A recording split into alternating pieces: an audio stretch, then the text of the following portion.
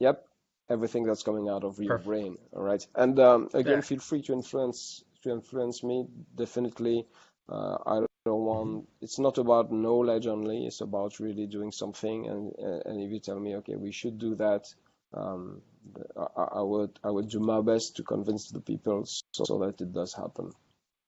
All right, so it's gonna be kind of eclectic as you are, man. What my first question was about who we should involve in that thing of cyber operations for the military, for defense, um, and it probably touches two parts: who we would like to have that would be in our organization in uniforms or not, working together with us in cyber related matters, but who outside of the organization we should look after when we want to become efficient in cyber matters. Now, you said cyber operations, which is a very specific thing, but Mm. is it broader than that? Is it? It's It's broader. much more Take it cyber. take Uh, take it as broad as you want. Yes, because oh, okay. NATO has not agreed really on what cyber operation is, and I hear everything and anything.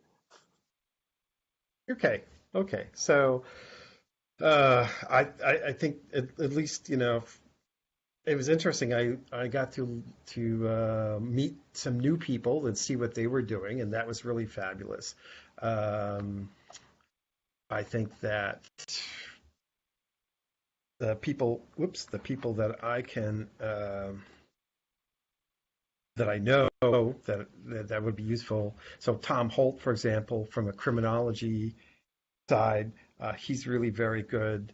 Um, there's Cameron Mallon. Now he looks like he's trying to connect with you. Yes, we have Now, talked. do you, Yeah, okay, so you yeah, know what he yeah, does and yeah. where he is.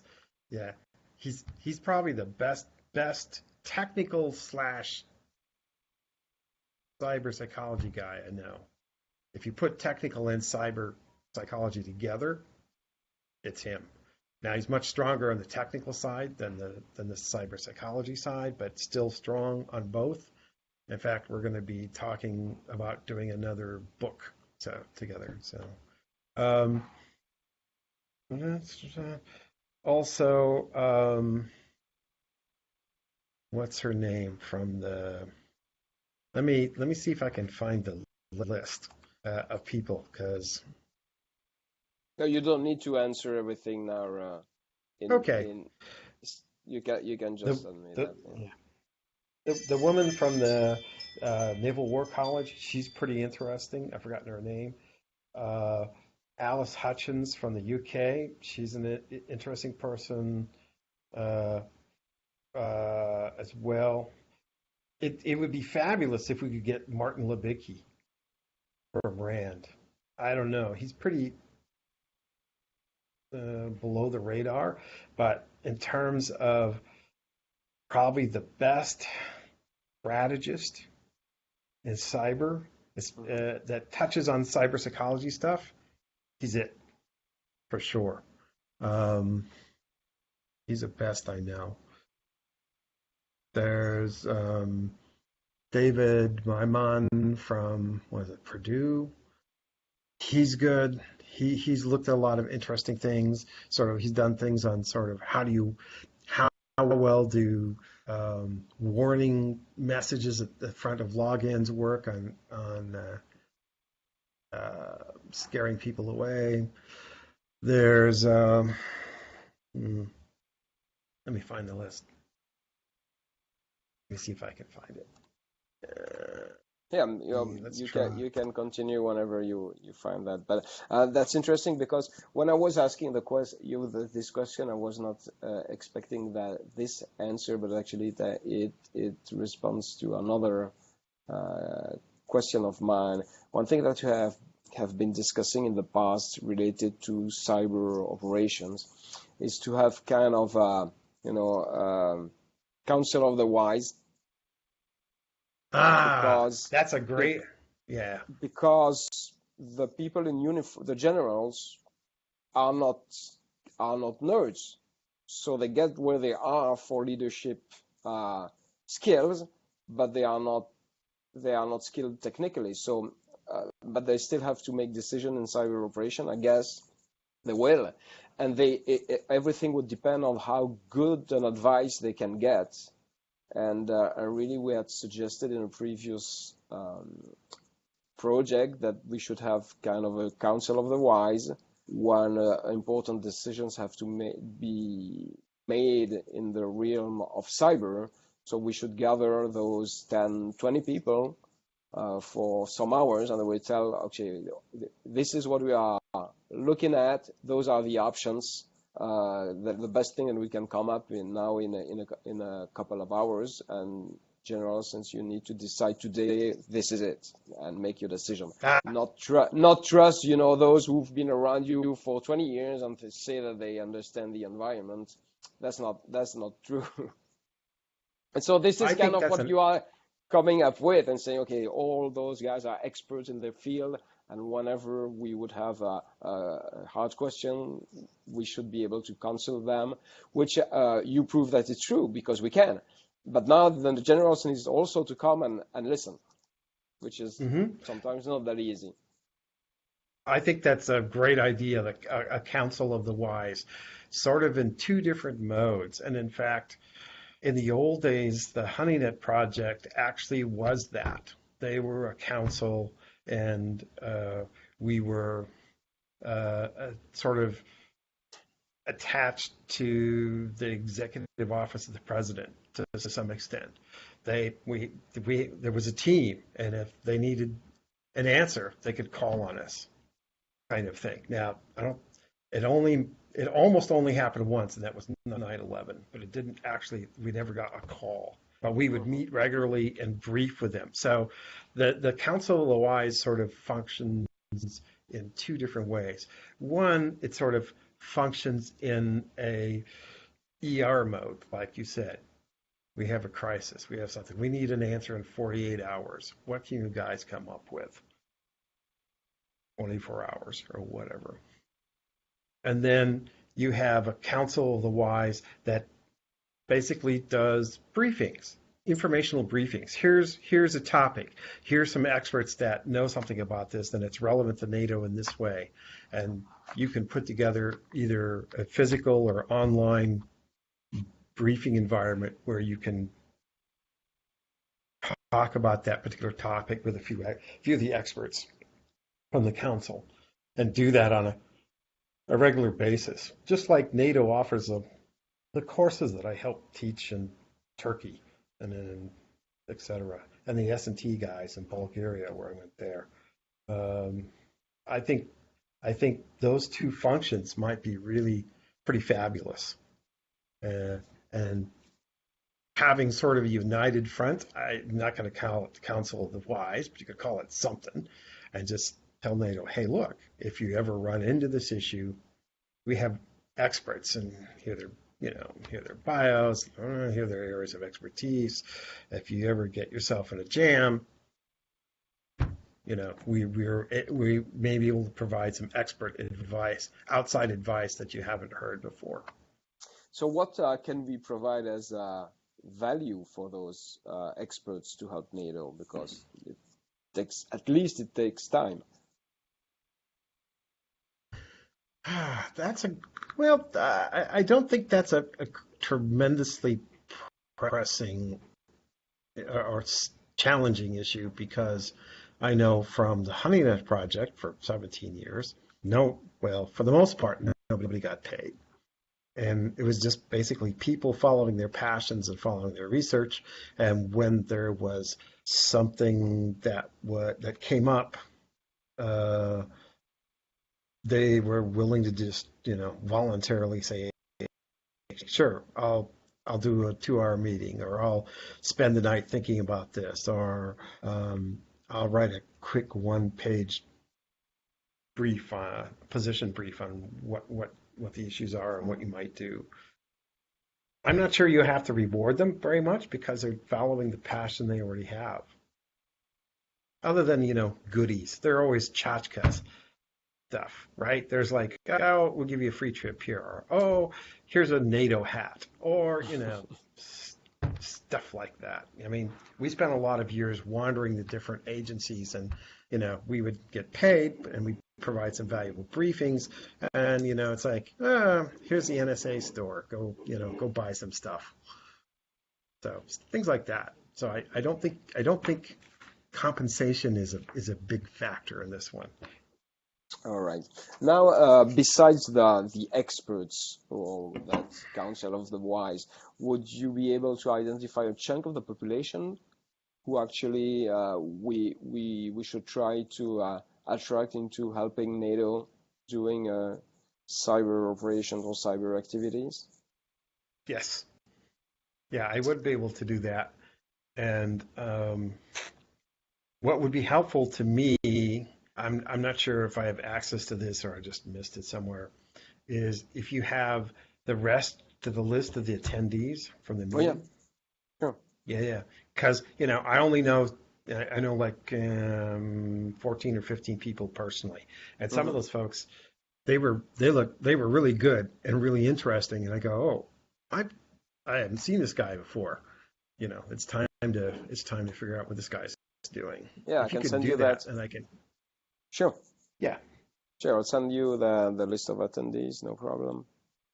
okay, Uh, and when we move forward, I think the community will grow also because some people who are in the community were not able to attend. Obviously, actually, only yeah, a portion of them was available at that time. So there are twice as many who are part of it, and I think many of them are interesting people that it would be nice to get in touch with. So I will do that.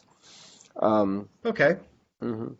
I was really cool. thinking of whether there would be a way of crowdsourcing support to NATO in cyber matters, and definitely thinking of the fact that responding to a cyber threat needs to happen in minutes or seconds, and definitely no one in government position will have the time to Hmm. trigger any formal capability, and having a crowd of supporters that is much more responsive than government entities might be a solution. Do you think it makes sense? I think that makes a lot of sense because um, a number of people aren't going to be available on a moment's notice. They're busy doing stuff. Other people will, and different areas of expertise, and people will be able to say, "Well, I don't know much about this, but this particular situation, this guy does. Call him up and see if he'll talk to you." So, yeah, I think putting together a resource book or a call list or so like a calling tree. In the U.S. they have calling trees in Hmm. schools and things, right? Something happens and then there's a guy at the top and that guy calls two guys and those two guys call two guys. And eventually it kind of, you figure out, you get enough people to crowdsource some quick, couple solution in a couple of hours, at least some advice that's useful that it might be worthwhile. Are there existing communities that you think we could tap into? Um, yeah, well, I think there are other organizations that, well, of course, there are the certs, there's Shadow Server, there's some other organizations that sometimes do some stuff very quickly, and some interesting stuff. There are not that many, I think, that do the cyber psychology side. Um, oh, that's another guy. Yeah. Um, in terms of an actual cyber psychology organization, there may be one out there. I haven't heard of it. Now, it does not need to be cyber psychology. We talk about this because, I mean, supporting security and defense is a psychology trait, but it could be on just cyber security, cyber defense. Well, Uh, in that case, there are bunches, but yeah. yeah, yeah, there are I'm talking bunches of about how to manage the human capital when you are facing cyber issues. in a crisis situation, right, where Yes, you need something really yeah. quickly. I'm only thinking of, the threat will be noticed by random people before it comes to the official channels. And Hmm. so if random people who would share the values that are ours would just figure out, okay, we need to stop that. So it happens before you notice, before it's too late and before you notice it. Yeah. Well, then there are places like Shadow Server and HoneyNet Project and Mhm. um, lot of cert teams. I know the HoneyNet Project we have um, a lot of guys who are on country cert teams. So Mhm. in terms of technical expertise, there's a lot out there. So how long And how some long of has them, it been flying HoneyNet? this will be 20 years this year, Already, and man. we're having a our 20th year. We're having our annual workshop in Innsbruck Mm-hmm. around the American July 4th All right. holiday. Yeah, so there'll be a public workshop, which you're of course invited to, and I'm if you're interested in coming. And I might be able to get you into some of the not so public stuff if you're interested as well. I mean, I'm really curious. I would love to try. Just if you can send me the information, I will figure out if that time is good for me. Is it on site or can I Yeah. connect online? Innsbruck in July. We do some streaming. Mm-hmm. Um, it's sometimes it's worked well, sometimes not so well. It's it's pretty much on site just because it gives the opportunity for us to fly 40 or 50 members of the team into the country wherever it is in the world we do it. And but also we do one day of public mission, which is to share the latest research and tools with the public. And then there are a couple of days of training, so fairly technical training for people.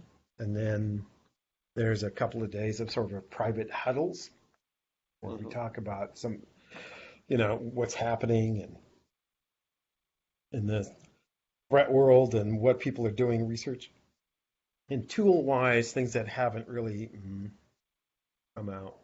And we've had we've had military visitors before, um, hang on the not so public parts. So if you're interested, I'll since I'm on the board of directors, I can just go directly to the board and just say, hey, this guy's pretty I would be interested. I really be happy to see how it works. Yeah, please Okay, let's I'll give reach. it a try. Okay, I'll reach out to him. Uh, you'll make a lot of connections there. That's for sure. So All right. okay, what else would you Uh, like to know, sir? Now, yes, training. Mm-hmm. Training people now, training the people that we have already in the organization for cyber related activities, call it cyber Mm-hmm. operation if you want, or but even broader than that. Would you have specific ideas on how to get the workforce better able to operate in cyber? Yeah, I think there's kind of a dual mission here. One, the mission in one direction is to take some of the cyber psychology people and get them better trained technically, because I know that the more you know technically, the much better off you are to understand a much more multidimensional picture from a cyber psychology perspective. And it goes the other way, where it's like training military people or training technical people on the psychological end is incredibly valuable as well. Now, it turns out that mm, I just won a 3-year, $2 million Defense Intelligence Agency educational grant to do kind of this thing. So It takes cross functional or bridging the to some communities? extent, yeah, to some extent, yes. It's taking our master's in data analytics program and injecting some cyber analytics, and some intelligence analysis. And the idea is to turn out people, analysts, people that are trying to enter the intelligence community, basically. So we just won that like 10 days ago. Hmm. Congratulations. So Thanks. what techniques would you be using for that training or education? So some of the courses will be our straightforward masters in data analytics courses because they're really quite good. Some of them I'll be tapping our cybersecurity department, which is in theory rated number one or number two in the US, to teach some of the cyber analytics courses. I'll teach the cyber psychology courses, and then we're going to be bringing in local people from the intelligence community, since there are a lot of them here in San Antonio, to teach the national security courses. And we're also going to offer an intelligence studies certificate, graduate certificate as well. That's sort of what the program, the grant is all about. It's an educational grant. Hmm. Will you be touching the aspects of human intelligence? Yes. I mean, social media, open sources, those aspects. Yes. I mean, they already get the technical side from the Master's Data Analytics program in terms of sentiment analysis, web scraping, you know, latching on to social media sites and grabbing stuff. And then they're also going to get more of the sentiment analysis and text analysis and other things in the cyber psychology side as well. So yeah. So what are the main aspects of that and the future with the technology related to human intelligence, according to you? So, I'm a great believer in that every human action leaves an evidence trail. It's the old what's his name? I can't remember the criminologist's name that talks Locard's principle, right? Basically, every action leaves an evidence trail. Even thinking about something and not an action can change the way that you think and eventually behave. And so everything leaves an evidence trail. And so part of the idea of analytics and cyber psychology is to be able to pick up on those evidence trails and analyze them and figure out what they mean. So, for example, last semester? Maybe that semester before, I turned my data analytics practicum students, one team, loose on sentiment analysis of the Beak, the old last, ISIS, Al Qaeda, I think it's ISIS, magazine, the Slick magazine that's online, right? And they started doing sentiment analysis of articles in there. And they did another sentiment analysis of a far right US website, alt right website. And so there are a lot of really interesting things that you could learn a lot about the psychology of malicious online actors by looking at the evidence trails that they leave. Excellent, thanks. Running up to my question. Um, Yet now talking about the criminal, but now talking about the friends in the cyber environment. Mm-hmm. Are you also touching that aspect of how to identify the good people, how to entice good attitude towards the values that we are trying to promote? We do have a faculty member that sort of touches on those things. Um, we will include some of that. Uh, most of my focus is on the dark side rather than the white side. So Mhm. I don't find it personally, is interesting. It's like, oh, people doing good things. How cute. How efficient can they be? That's nice. It's like I want to find out why people do bad stuff. And motivations, dynamic relationships between nation state, non-nation state actors, larger social movement issues, um, all sorts of stuff, measurement issues in terms of measuring intent or motivation or sentiment, all sorts of things. So I'm interested in those things and mostly on the dark side. Although I noticed that some of the folks in the discussion at the half day confab were on the white side, how to make teams more efficient, how to make Mhm. cybersecurity. And there's one, I think there's one or two guys here that basically do that.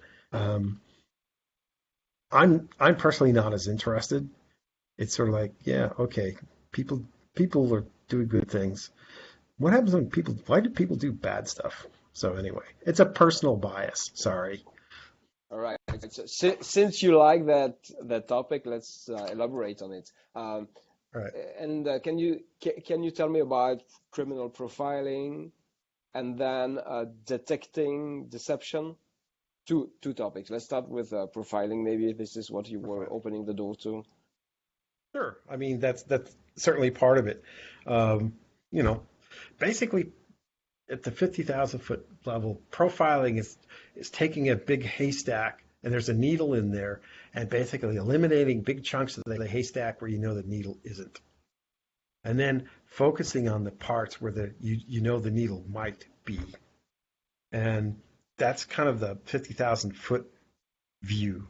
And I know that from the perspective of the Bureau, they've sort of, to a significant extent, taken their decades old violent offender profiling techniques and slammed them on to cyber.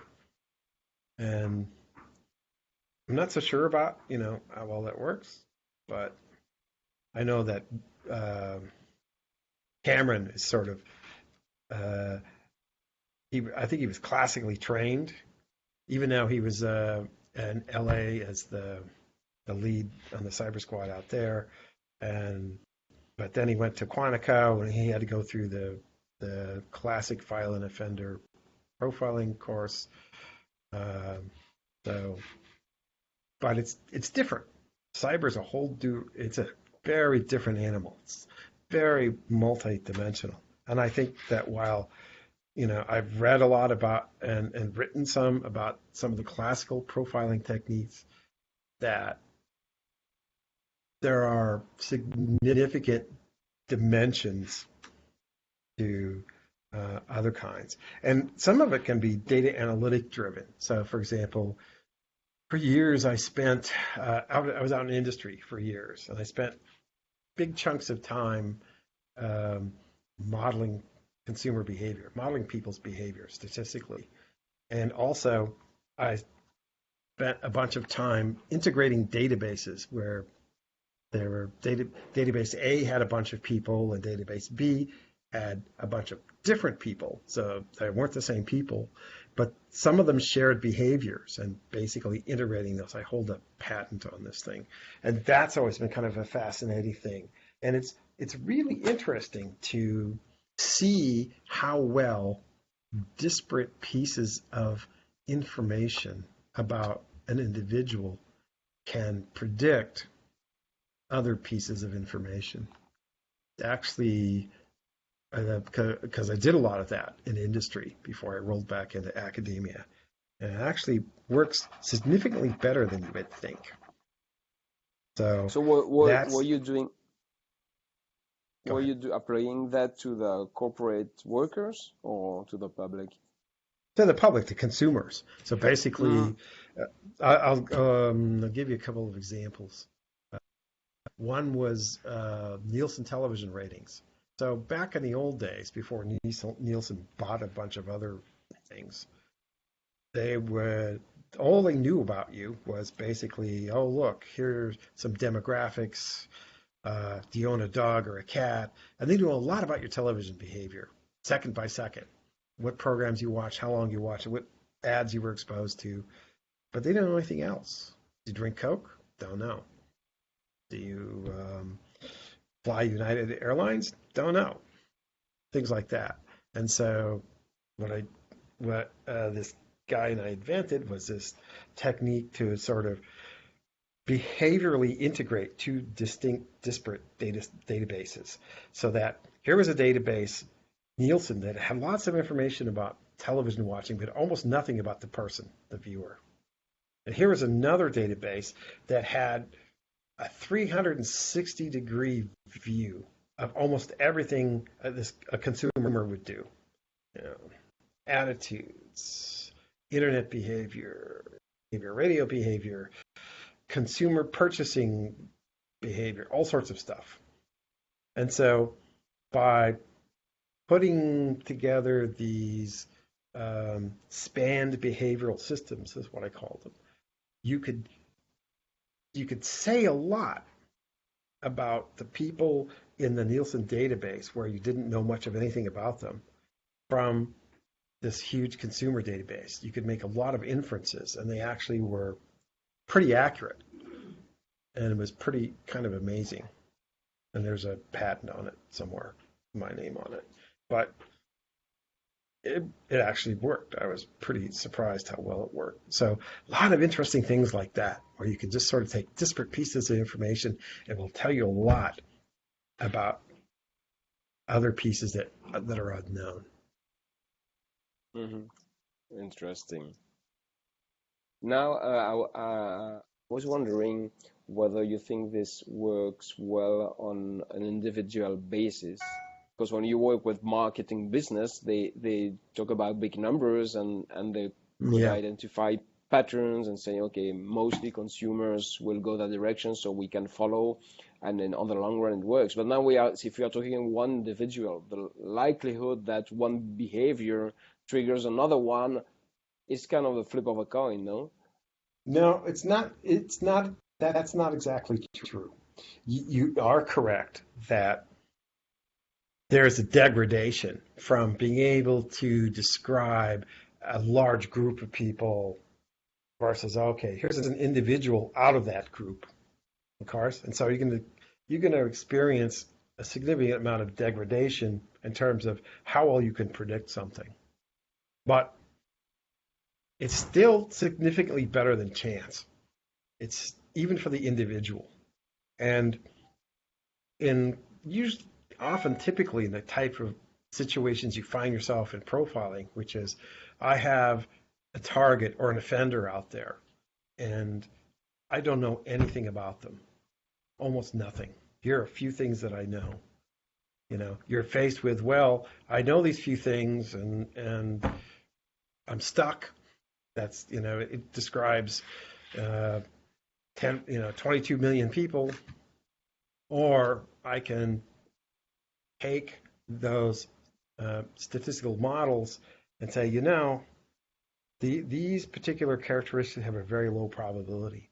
These characteristics have a much higher probability.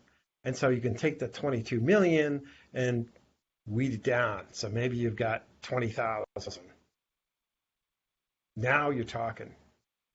So it's really the choice. It's a bit of Sophie's choice. It's sort of like you have a few pieces of information and you kind of stumble around or give up, or you take those pieces of information, you integrate them and model them with other pieces of information, and suddenly the haystack is a lot smaller than it used to be. And now you have a chance. Now you have areas to look into that may be productive. Because remember, sometimes all it takes is a single piece of information. If you look at Hansen, that's what did him in. One piece of information. I forgot what it was, the purple pissing people eater, something like that. There was a word that he used that turned up in a transcript. Then they didn't know who this guy was. And they saw that that phrase. And I said, and they were looking for an insider. And I said, I don't know, only one guy in the bureau that says that. So sometimes it's very effective. Hmm. Yeah. So yeah, this leads very well to the next question about how to detect deception in online products. There's a lot of work that's been done on that, and we wrote a book on it, Deception in the Digital Age, and there are a bunch of different chapters. In fact, the next book that we're going to write, Deception. We're going to talk about deception again. We're going to hook up with Cameron and Tom Holt and myself, and we found Cameron knows this guy who's really good in the UK on cyber deception, and so together we're going to talk to the publisher. I think Friday, yeah, this Friday. So it's interesting that a significant amount of deception, you could trace the principles back to magic and magicians and the principles they use to deceive people or draw attention away. Many of those principles that have been used for decades and centuries are applicable to deception online today. We have our first chapters about that in the book. So, yeah. That's cool. If you want, So, yeah, tell me. If you want, I think I have an electronic version of the book I can send you. Oh yes, please. Sort of on the download. Really I'll do that. Yeah, really interesting. Are you mainly referring to, let's say, hackers' activities or deceiving? Oh no. Or just for influence activities, or both? It was a very broad set of topics that we talk about, from magic to deception in jihadist organizations, to urban legends, to phishing, to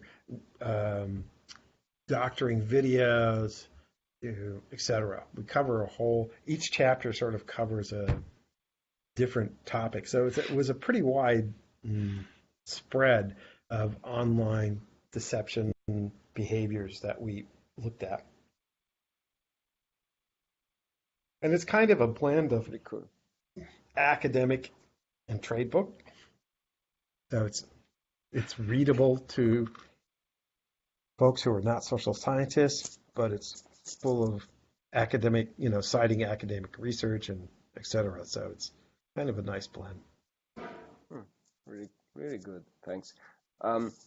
What's your main take on the effect of cyber technologies on decision making? Oh, wow.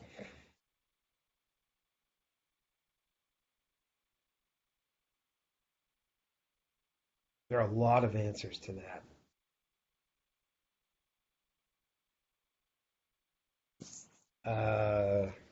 There's so many different issues.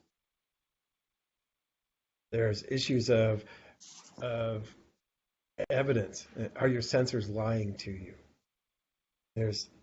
And you make a decision based on false information.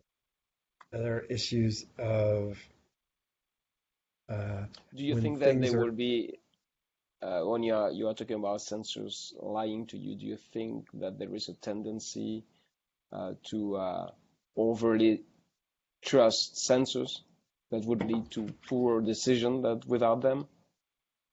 I think for certain types of people, yes. I think people which is kind of it's kind of worrisome, because we were just telling that thanks to the technology you can harvest big data and so get better insights, but because of that you might actually make worse decision. Yeah, I think that's absolutely true, because people who don't understand the mechanics behind big data analytics, for example, don't understand how things can go wrong or south, and you don't really see that. You don't really it isn't sometimes observable directly. And so unless you understand how it can go wrong and what's involved and how mechanics work, you're going to be much more reliant on whatever the analytics say. And if you're better, more technically educated, you'll look at what the analytics say and you go, oh, okay. It's suggesting I do this. It's recommending I do this, but I know these particular issues are involved. I know the techniques that are being used in making this decision. I understand how they could be either. I know how well they work. I know how they can be misled unintentionally just because of data issues. I can know how they can be misled intentionally, right? So there are the things like the people.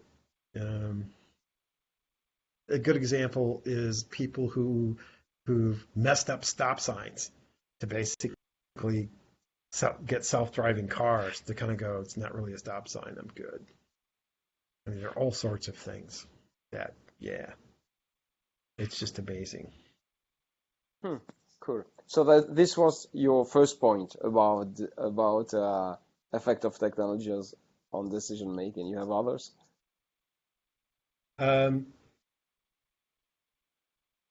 well, I think they're very positive effects. I teach data analytics, and I tell them, I say, if you don't understand data analytics in the next decade, you're going to be lost. You're going to be like blind. You're going to be like in a snowstorm, a whiteout. You're just not going to be able to navigate the world anywhere nearly as well as you might be able to otherwise. And also decision making, it works in terms of either counterintelligence or attacks on other nation states, for example, where you sit down and you figure out what their data analytics processes are, and then you formulate data that basically suggests they go this specific way. I mean, there's a whole paradigm about that is not new. And intelligence services have been doing this for a long time. Now you're able to do this by shaping data and understanding data analytics processes that your opponent or the hostile country or nation uses, and say, well, if we do this, this is what the analytics will probably say. So So I think it opens up. Go ahead. would you recommend that all the decision makers should be trained in data analytics, or that they should just be advisors? I think decision makers should have some fundamental training. Not, you're not going to turn them into data analytics or data scientists or data analysts, but enough data analytics training so that they understand the power and the dangers of how analytics work and how they can be misled and how they can be beneficial. But now it's worrisome because obviously we are in the era of data analytics. But before, it was already statistics that were not understood and used to manipulate everyone and probably mainly the decision makers by their own advisors. I think that's quite true, and that hasn't gone away. They're still doing it to this very day. But the more that you educate the decision makers about data analytics and about how things work and give them just a basic foundation, the more likely they are to question their experts and advisors in a positive way and make better decisions, I think. So Otherwise, they're just going to. how long should be that basic training? You mean how? Okay, let's frame it in terms of university credits. Mm-hmm. Yeah. That that's sort of what I understand. So I think everybody should have a basic 3 credit course, one course, Yeah. standard university something or other, or even a shortened one, but still a course. And then some people maybe get a second course. People that are decision makers in more technical fields or etc. Uh, yeah, top advisors or something. So yeah, Yeah. So it sounds kind of feasible to get all officers get that. It's not a question of years. It can still fit their education, no, or even the continued education at some point. Yeah. yep, The exactly. sad thing is that we were saying the same about cyber hygiene, but it's still not there. It's still not there. While it would, Now nobody. well, it's not 3 credits. It was just 3 days, and I some understand. don't and some Yeah. don't get it. So it sounds totally feasible, but sometimes it's something that's totally obvious will not happen, and no one knows why. And the thing is, you just basically have to go, you know what? Something's better than nothing. Yeah. So it's whatever the limits of logistics in terms of how long you can keep people at it, and also the logistics of how much they're going to understand and retain. Hmm. It's almost always better than nothing. So yeah, Now, yeah, this is something that we might be able to push into NATO to have that basic data analytics training for the decision makers, either through a course or maybe some kind of book or a thing to read or something to go through. yeah. Yeah, I mean, we might be recommending and having things happen because we do that with many different topics. Of course, it's more scientific than the traditional training, but still extremely useful. yeah. No, I teach. So I teach both analytics courses here as well as out in the university sends me out to industry to make money, right, for the university. So I also do basic foundational stuff for them, and it really does. I mean, it really does stick with some people. You really do make an improvement. It really does improve the ecology in terms of the environment in which decisions are being made. So yeah. Good, good, good. So what do you have here? Hey, yeah, you mentioned in your articles the civilian cyber warrior. Yeah, yeah. So so who are you referring to? Okay. So it takes about 3 minutes to explain this. If you're patient enough for 3 minutes, Our 3 minutes. I can do It's my span of attention is two and a half. that. Two and a Oh, half. okay. I'll do it in 2.5 then. Yeah. Yeah. Okay. So, um, basically in the old days before the internet, if you were a citizen of country A and country B did something that hurt country A's citizens, what would you do? Oh, you write a letter to country B's president. You're a bad person. Don't do that. Effective? Nah, not really. So the next thing you might do is like go down to the embassy, country B's embassy, with some of your friends and protest.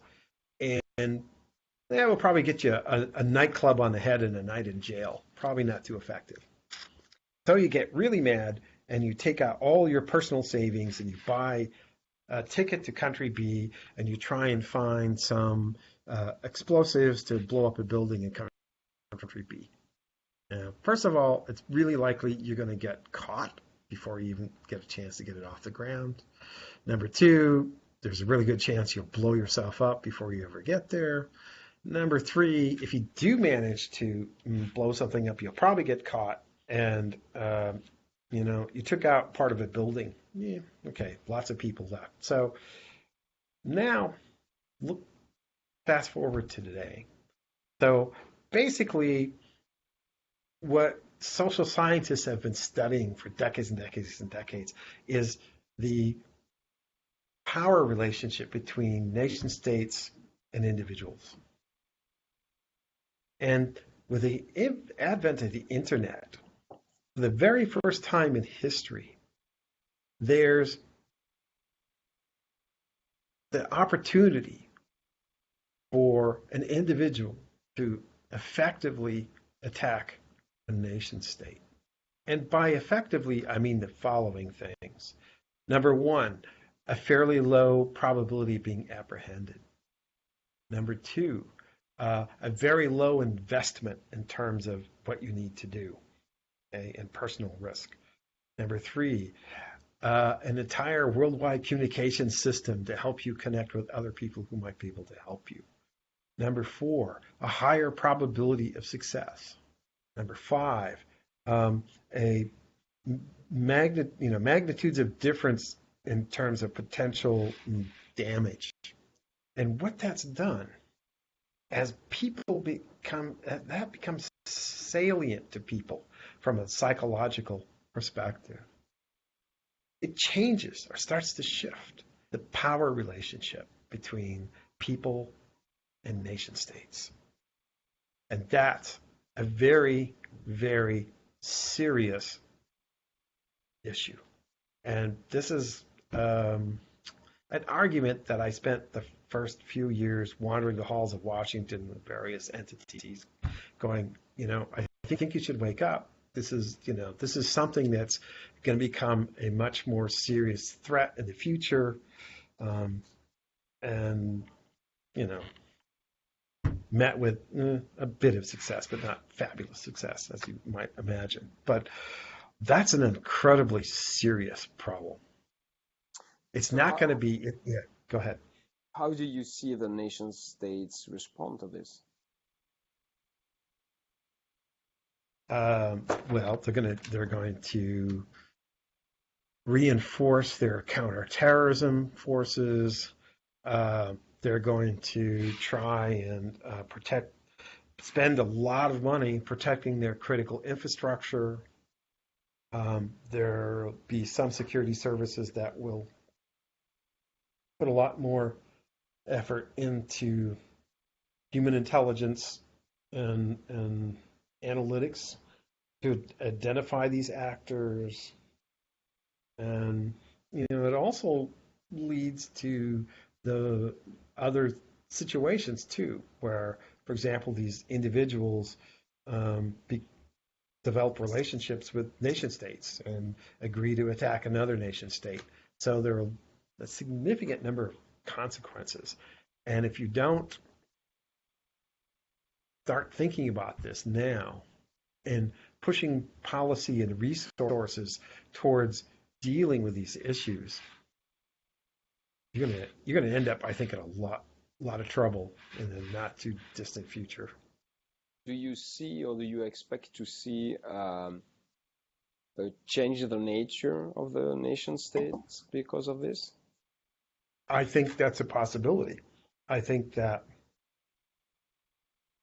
there are always policy and social consequences to threats to the health and well-being of citizens in a nation state, and when that involves critical infrastructure and other things, it doesn't take a lot to sort of make a country sort of do some significant, drastic things.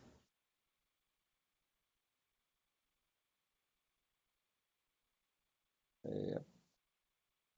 And the last thing that I put on my list here, it's about the tools to analyze the online networks. And maybe I'm coming back to something we discussed just before, but do you have a specific tools that you would like to highlight that can be used for that?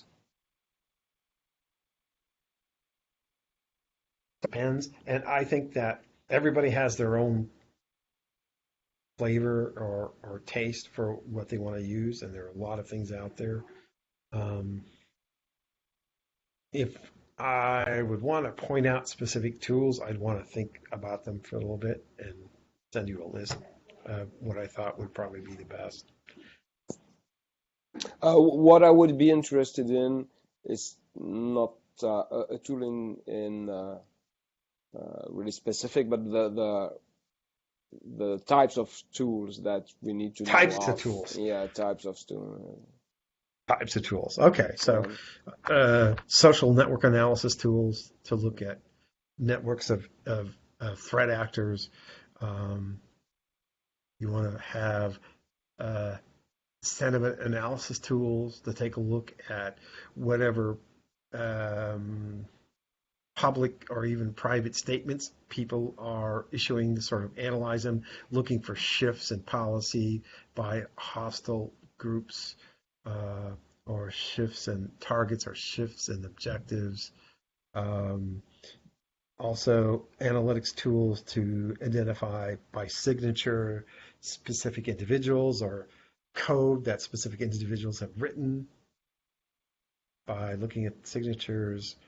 Um, so for this one, I think this is really one that the human COE was interested in. So if you can give me a few examples, I'll send it to them if they don't know them yet. Um,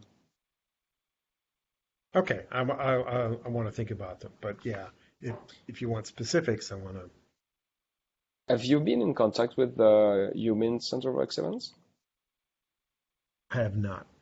Okay, so I'm pretty sure that they would be interested in most of your science because, as I had the chance to mention at some point, they are the main customer for this project.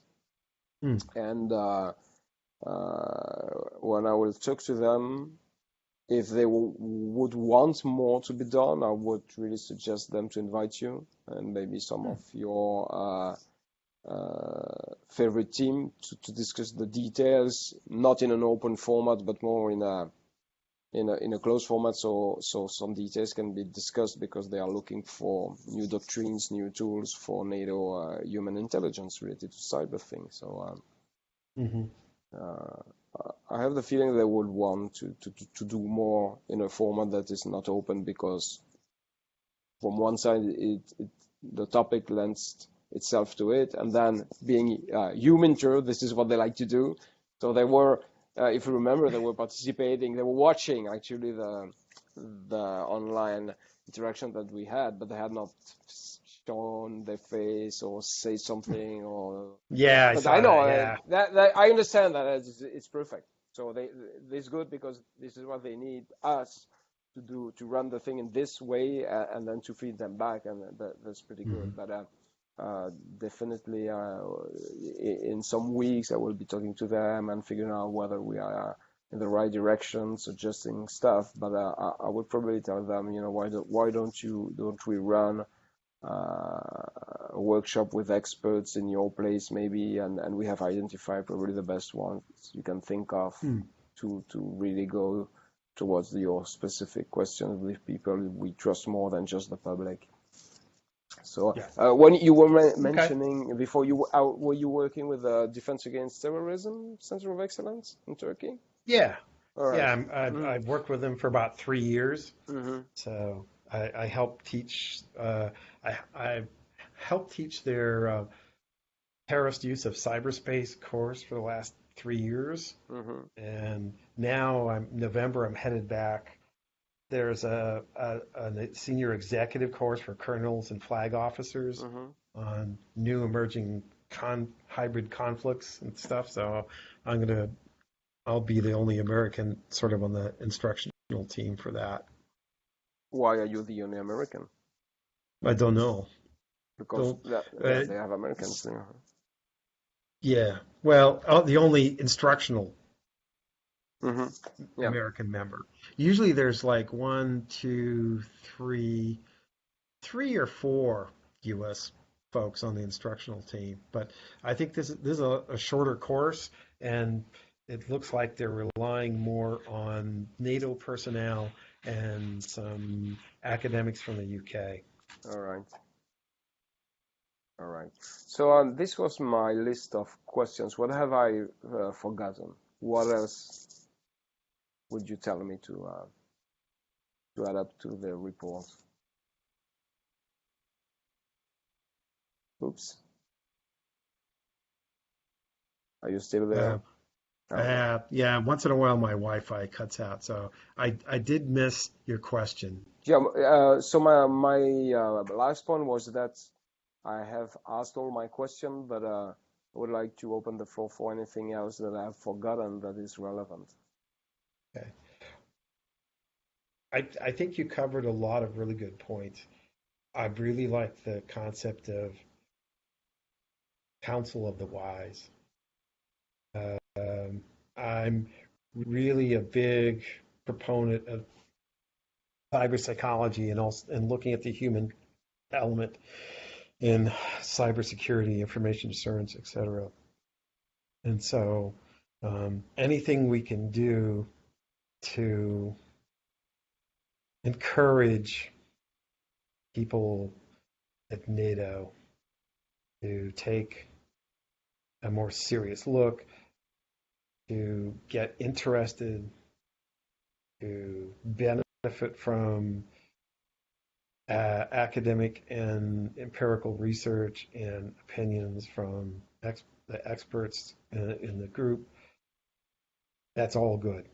That's Hmm. just all good. Uh, That's a whole mission.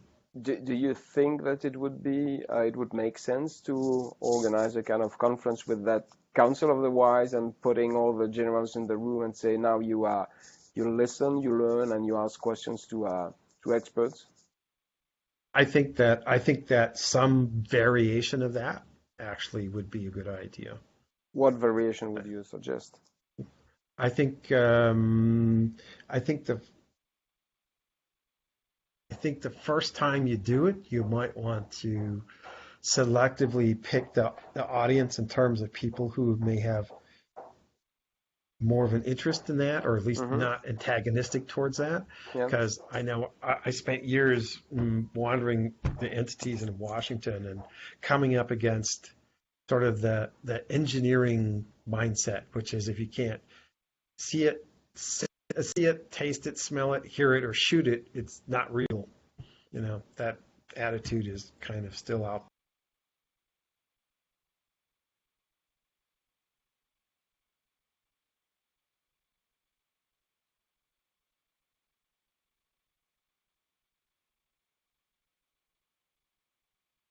Still there. around? Missed it. Yeah, it came back. So I'd much rather have even a lukewarm, receptive audience. Yeah. No, I totally agree. This is something I think that we can safely suggest to our command, and they would want maybe either to include that in an existing event where they already have enough people and say, okay, we have a session on cyber psychology in which it should be more Yeah, debate, well, because they don't know about that. They would ask questions, or yeah, or just to organize it with those who they know are interested in, and there would be room for nice discussions and back and forth, common understanding of what we are talking about. So if there would be just a little bit of support of my command here, I think it's totally doable. And now it might okay, even be coupled with some information on data analytics and things like this. The yeah, educating the leadership part, I think, is very important. yes. Yeah, that's very nice. Yep. Okay. Something else? I think that's it for the moment. Okay, Can't think that's of pretty anything cool, else. yeah. So I collected a Yeah, ton of good ideas, and the ones that I love because they come with a plan, I can push it and say, okay, if you like it, we could do this and that, and we have good people ready to help. Now, probably my concluding question is how I can help you, because I think it needs to be two directions, and if you are willing to help NATO, you deserve NATO to help you. Would you see a good way for that? I think I think there's sort of two pretty simple ways that you can help me, not too complex. And for the most part, they're kind of the same theme, which is I know the University of Texas system itself and UTSA specifically is emphasizing more collaboration and cooperation with organizations, specifically NATO. And so the more collaboration that we're able to do, that makes them happy, which All then right. makes me happy. How could we make this visible to the people who need to see that? I think in terms of a number of things, it could be in terms of it's something as simple as like, oh, look, I went to the innovation hub and here's this report. Uh, it distributed to people. Oh, look, I went to a conference and talked about this and that. They like it when, for example, I go teach the counterterrorism courses in Turkey. Makes them very happy. So things like that, just All simple right. collaborations and connections make them Mm-hmm. happy. So last year, I think we had many interaction with people from University of Texas system, Hmm. including Michelle Hutchison. Is it the right name? Who Yeah, is I in think so. DC? She's in DC and exactly in charge of that outreach to NATO, among others, I guess. And so Yeah. we had a very nice interactions, and definitely they invited us to go to their yearly State of the Union. I don't know how they call it, but they wanted to just to get all the institutions they are collaborating with come. And so my direct collaborator went then to present to the board everything that was on with NATO. And so we are really happy to make this visible because definitely we get a lot out of it. And so Yep. you can really be demanding on that. Okay. So don't be shy to tell me, yo, this is now and there that you need to say something because from my side, I don't really, I cannot assess where and how. It's very important, but happy to support you on that. And Great. also, if you would see opportunities in NATO where you would like to shine, you just need to let me know. You know, there's so many things happening, and we say, oh, that this is a really cool event, NATO event, and this is where we should showcase our collaboration. Would be happy to help you do that. Cool. That would Hmm. be great. So Yep. just let me know. Yeah. So that's really Good. cool. Thank you so much, Max. I'll learn so You're much from welcome, you. sir. Now I want to be trained in data analytics, and so to get it happen, I need to find an excuse that NATO does it, so I get it also as being part of There you NATO. go. Yeah. Yeah. Okay. Yeah. Thank you so much for Okay. your time. You're Uh, welcome.